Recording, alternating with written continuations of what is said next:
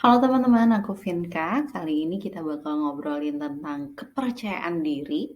Biasanya kalau kita ngobrol tentang confidence atau kepercayaan diri, biasanya apa faktor terbesarnya? Persiapan gitu ya, keberanian gitu. Atau kalau misalnya ada orang yang kurang percaya diri, biasanya dikasih nasihat tuh, kamu yang berani dong, coba dong tampil, kamu coba ini, kamu hafalin apa yang mau kamu obrolin, misalnya seperti itu ya. Tapi si Hashim Mohammed dalam bukunya People Like Us, What It Takes to Make It in Modern Britain, dia bilang kalau ya sebenarnya belum tentu tuh kalau kamu nggak pede, belum tentu itu salah kamu gitu. Karena faktornya tuh banyak banget. Percaya diri itu adalah sebuah output sistemik. Jadi ada sistem tuh yang bisa menghasilkan kepercayaan diri. Gimana yang dimaksud itu ya? Jadi, menurut si Hashim Mohamad ini, dari pengamatan dia di Inggris, tumbuh besar di sini, dia memahami bahwa confidence itu adalah intersectional. Jadi, gabungan atau persilangan gitu, persimpangan dan persilangan antara banyak faktor. Dia jelaskan ada 5 nih yang termasuk yang paling besar.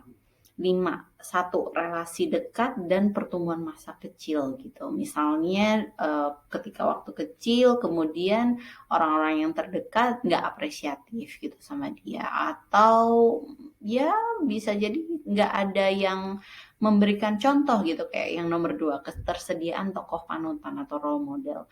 Simply nggak ada role model aja gitu yang berani gitu. Orang-orang di sekitarnya semuanya pada kecil, merasa kecil, nggak ada yang berani speak up. Well, terus kayak gimana kalau kayak gitu?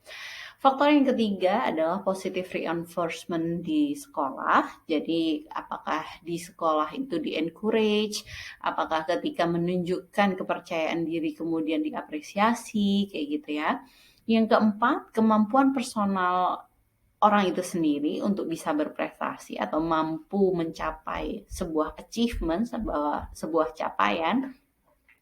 Misalnya kalau ini menunjukkan kalau kita tuh bisa aja pede di satu hal dan tidak di hal yang lain gitu. Misalnya kalau yang badannya atletis gitu ya, kuat untuk berlari, secara fisik memang mampu, mungkin dia akan secara alamiah dia akan pede gitu, dia akan confidence di atletik seperti itu. Kemudian yang terakhir adalah achievement recognized. Jadi ada pengakuan dari luar atas pencapaian tersebut. Kalau misalnya memang ada pengakuan, ya kemudian kita ketika kecil ada pengakuan, ya oh iya nih gitu. Maka confidence itu akan pelan-pelan lebih mudah terbangun dibanding yang tidak ada pengakuan itu tadi. Kalau mau kritis, 5 faktor ini jarang loh disebut gitu. Biasanya kita tuh hanya disarankan untuk persiapan gitu ya, memberanikan diri, udah coba aja gitu. Biasanya kayak apa nasihat-nasihatnya kayak gitu doang. Padahal jika akarnya itu ternyata dari lingkungan masa kecil yang menindas, ada yang bully atau nggak pernah suara kamu tuh nggak pernah dianggap berarti gitu ya, maka tentu anjuran itu meleset dan nggak menyelesaikan akar masalah gitu loh. Mungkin masih ada yang bertanya tuh, terus kenapa penting? Yang penting kan kalau mau nyoba, mau berani ya udah selesai kan, confidence gitu aja kan. Gitu.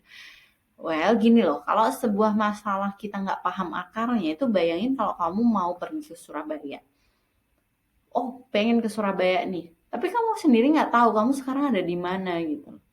Yang kamu punya cuma mobil sama bahan bakar yang terbatas. Ini kayak kemampuan personal kita. Ya mungkin sih kita bisa sampai, tapi seberapa besar kemungkinannya? Terus gimana dengan tingkat kesulitannya?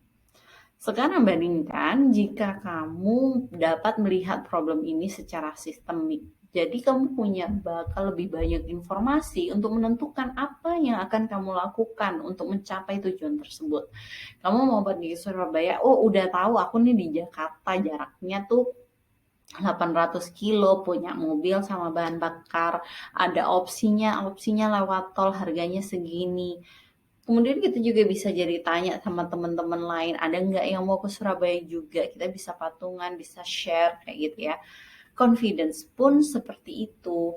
Apa sih faktor terbesar yang selama ini menahanmu? Apakah selama ini faktor yang selain kemampuan diri ini sudah atau belum dievaluasi? Kembali ke sini tuh sekarang mungkin teman-teman jadi mikir, oh iya ya dulu aku kecil gini, dulu aku kecil begini begitu dari faktor-faktor tadi. Tapi di buku ini juga Hashim Muhammad itu mengajak pembacanya untuk tidak pesimis gitu, tapi realistis aja gitu. Kenapa? Karena tiap orang tuh punya advantage. Dengan memetakan faktor advantage yang kamu punya, kamu bisa mulai dari situ. Dia bilang, no matter what your starting point, however weak and unfair it may seem, there is almost always something to build on. Jadi contohnya sendiri, meskipun kayaknya unfair, kayaknya lemah banget tuh, pasti ada deh yang bisa untuk kita kemudian build on.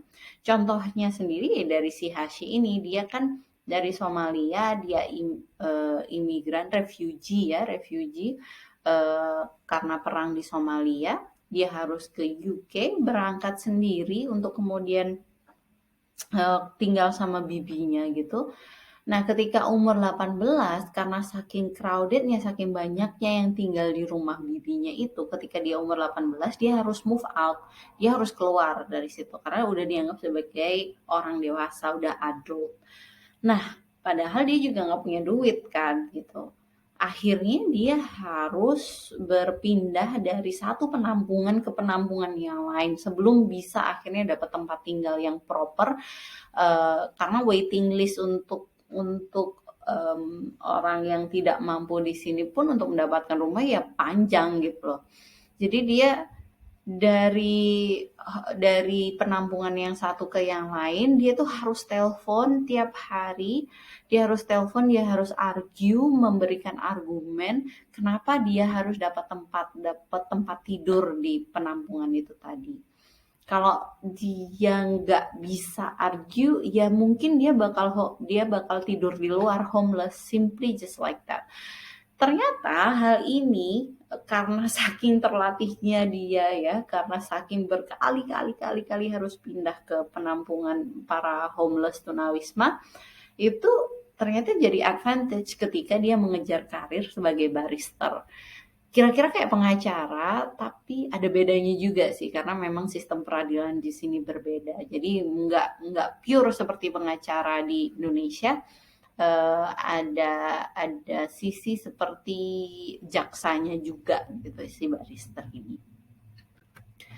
Nah, jadi setelah kita lihat ya, kayak ini tadi penjelasan, apa sih sebenarnya yang kamu bisa lakukan untuk meningkatkan confidence? Ada 3 yang kusimpulkan. 1, petakan berdasarkan faktor di atas. Oke lah, kita jujur, mana sih area yang memiliki value yang paling tinggi dan mana yang enggak gitu. Nomor 2, gunakan advantage yang paling kuat untuk mulai. Jadi kalau mulai, jangan mulai dari yang paling kecil karena kerasa berat banget. Ya udah mulai aja dari yang paling tinggi gitu loh. Kita gunakan aja itu, pragmatis aja gitu kan, dan realistis aja.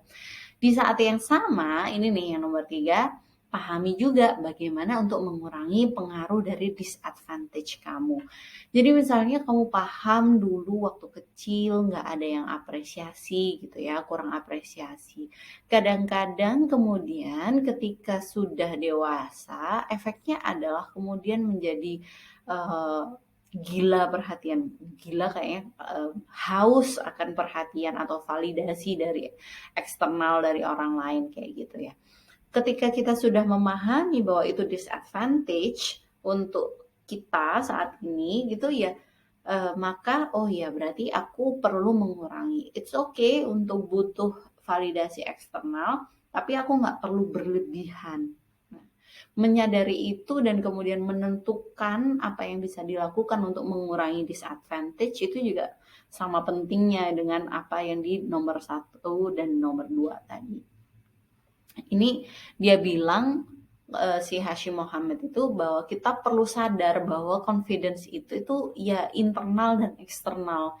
Jadi bisa dibilang orang yang confident itu percaya bahwa mereka tuh ya bagus, cukup bagus, dan mereka juga percaya bahwa orang lain atau institusi atau organisasi itu juga akan menyadari dan mengakui kebagusan dia gitu ya. Dia bahwa dia emang beneran bagus gitu. Belajar dari buku ini juga membuatku punya apa ya? Ini jadi definisi favorit tentang confidence. Jadi confidence tuh kayak gimana sih? Mungkin kita agak susah gitu mendefinisikannya. Nah, si Hashim Mohamad nih menurutku memberikan definisi yang mantap banget. Confidence seperti apa sih yang aku inginkan? Nah, confidence like this nih. Confidence yang membantumu untuk tumbuh gitu ya, help them grow up to project competence, intelligence, gravitas, insight, and creativity through crisp and clear self-expression. They will speak.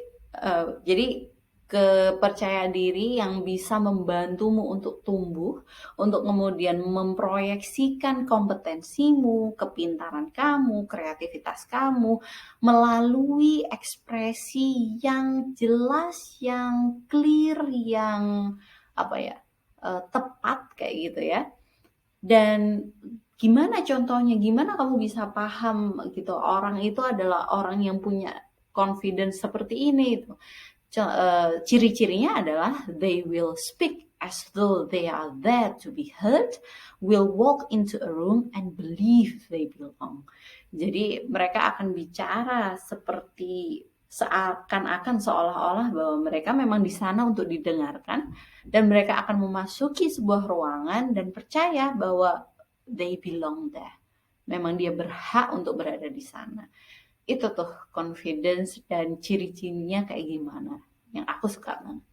Sampai jumpa di video selanjutnya dari hasil belajar baca buku seru-seruan, memahami apa yang ada dalam buku. Bye.